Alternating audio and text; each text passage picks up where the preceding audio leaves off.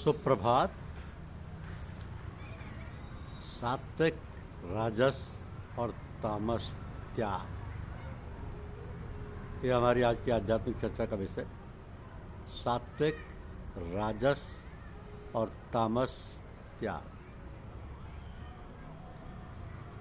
कई विद्वान ऐसा कहते हैं कि कर्म मात्र दोष युक्त है, इसलिए त्यागने के योग्य है। और दूसरे विद्वान ये कहते हैं कि यज्ञ, दान और तपरूप कर्म त्यागने योग्य नहीं।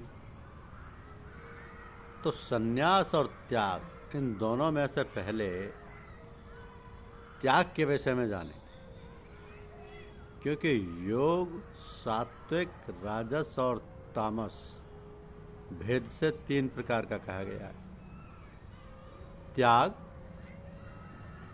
त्याग सात्विक, राजस और तामस भेद से 3 प्रकार का कहा गया है। अब यज्ञ, दान और तप कर्म या तप रूप कर्म त्याग करने के योग्य नहीं, बल्कि वो तो कर्तव्य है, क्योंकि यज्ञ, दान और तप ये तीनों ही कर्म बुद्धिमान पुरुषों को पवित्र करने वाले हैं। इसलिए इन यज्ञ, दान और तपरूप कर्मों को तथा और भी संपूर्ण कर्तव्य कर्मों को आसक्ति और फलों का त्याग करके अवश्य करना चाहिए।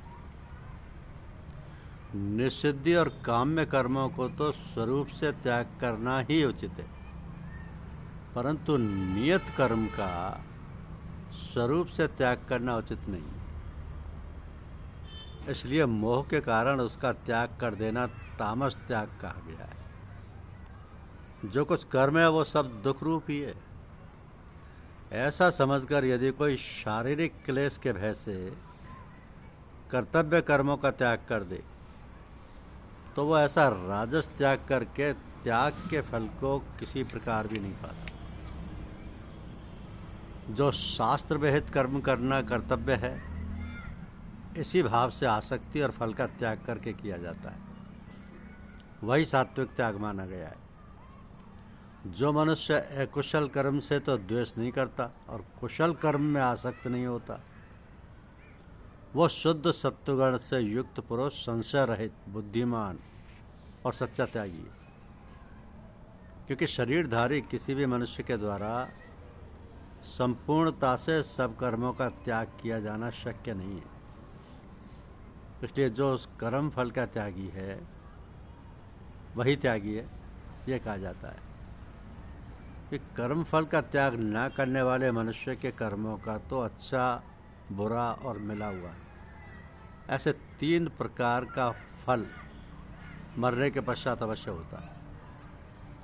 किंतु कर्म फल का त्याग कर देने वाले मनुष्यों के कर्मों का फल किसी काल में भी नहीं होता।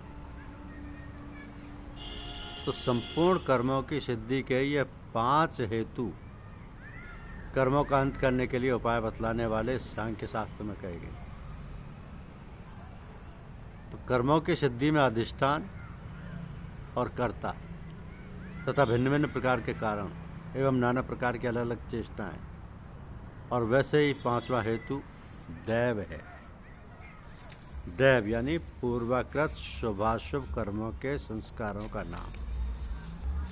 तो मनुष्य मन, वाणी और शरीर से शास्त्रानुकूल अथवा विपरीत जो कुछ भी कर्म करता है, उसके ये 5 कारण हैं।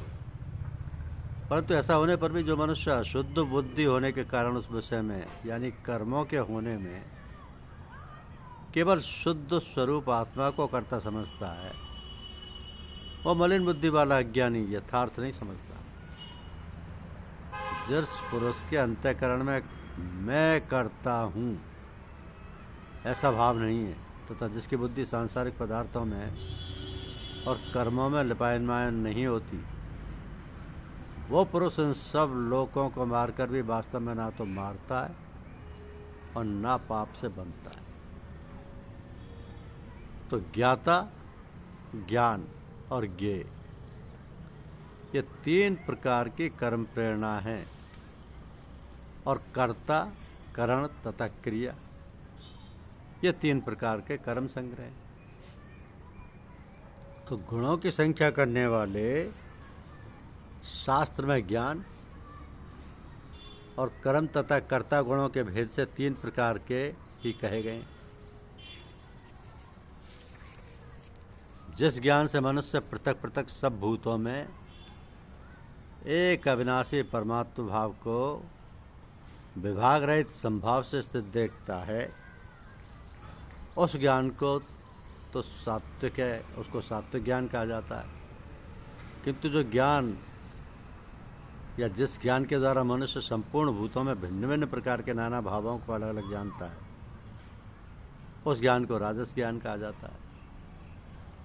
और जो के कार्य रूप शरीर में ही संपूर्ण के सदृश आसक्त है तथा जो बिना युक्ति वाला तात्विक अर्थ से रहित और तुच्छ है, वो तामस कहा गया।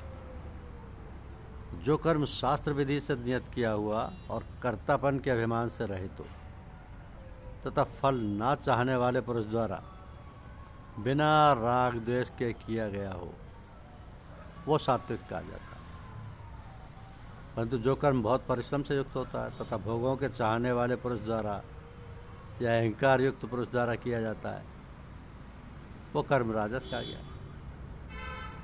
तो जो कर्म परिणाम, हानि, हिंसा और सामर्थ्य को ना विचार कर केवल अज्ञान से आरंभ किया जाता है, वो तामस कहा जाता है। और जो कर्ता संग रहित अहंकार के वचन ना बोलने वाला, धैर्य और उत्साह से युक्त तथा कार्य के सिद्ध होने और ना होने में हर्ष शोकादि विकारों से होते रहते, उसे सात्विक कहा जाता है। वो सात्विक है।